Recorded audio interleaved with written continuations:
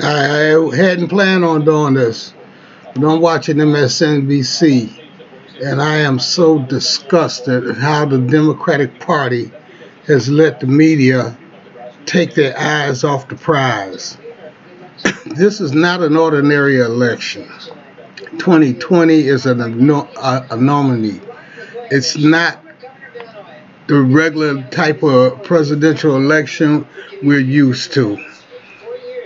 Trump and the Republicans have gerrymandered the districts so that Trump can lose by millions of votes and still maintain the presidency.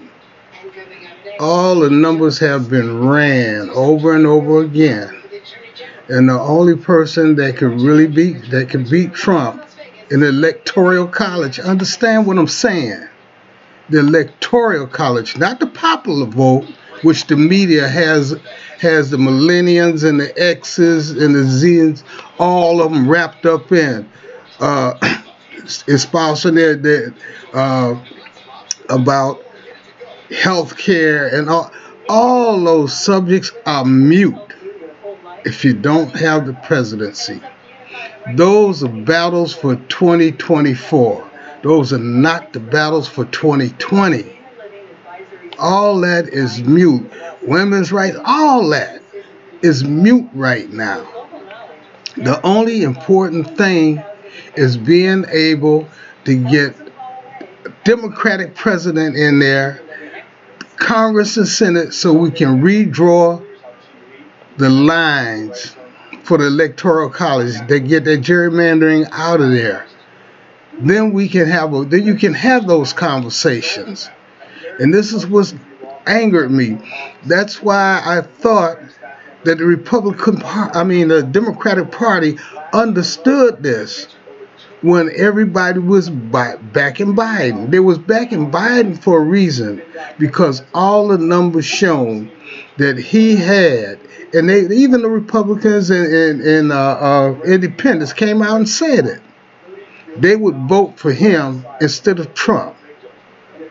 They understood this, that all we had to do is back him and make sure he had enough votes, and everybody got behind him to make sure that he could flip those districts. Those districts would not be just flipped, but solidly flipped. I don't understand why we having this conversation. I'm sitting up here talking about who's going to be the best on the debate. Well, I don't expect Biden to be dynamic. I mean, just blow him off the stage on debate, because he has a speech impediment. Known that. So sometimes he's trying to get his words out and his mind is on something else, and they get convoluted sometimes. But you can't knock what he's done. When you look at the global warming, he was the one that pulled all the nations together. They got them to sign on to fight global warming. He was the one that pushed Obamacare over the line for President Obama, because he could talk to the Republicans. The Republicans trusted him. He had some that trusted him. He was the one that pushed it. Women's rights. He pushed so many bills through for women's rights. It's a shame. I don't know why they're trying to tear him down now. They're on stage competing for seats and stuff. I mean, everything is not perfect, but he was pushing all that stuff through. And then the Kamala Harris, she really disgusted me. She didn't lie, but it was almost a lie. Exculpatory evidence. Well, she prosecuted it. She's known for hiding evidence, just saying what she wanted to get her point across and not explaining why. Well, he voted against, but you right, he voted for the knock down that busing plan. He wasn't supposed to vote for that. The majority of the African American public didn't want that. The Congress, our African American brothers in Congress didn't want that because it was garbage. It would have tore down what the state states had already put in place. Made a whole lot of loopholes. You would have had that separate but equal. Crap. It was a bunch of crap. That's why it made them go back to the table and come up with something that they could all vote for. And she tried to make it sound like he was against busing. No, he was against a garbage plan that we all was against. And when she come out crying about the little girl wouldn't let her, she felt bad because the little white girl mother wouldn't let her talk to her. Is that all you had to deal with? We had to go through the school we went to, my high school, Mackenzie. Oh man, it was in the middle of a white neighborhood. We didn't have busing.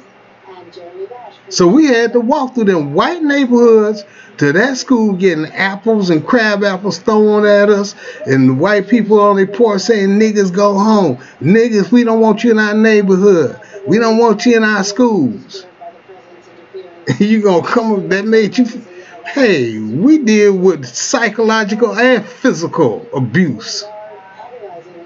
And you try to lay that at Biden's feet? Give me a break. I don't understand you millennials and X's and Z's. You seem to forget the past and go head on. Forget the past. We're going to just deal with the future. Don't forget, Hillary beat Trump. But who's in the White House? You can search the web for that. Just tap the search. Hillary, excuse, that was that Google on the phone. Hillary beat Trump. But who's in the White House? And this is what we're fighting for. Fighting for someone that could beat Trump in the electoral college. The electoral college. Bernie can't do it. Buttigieg can't do it. And neither can Warren or Klobuchar.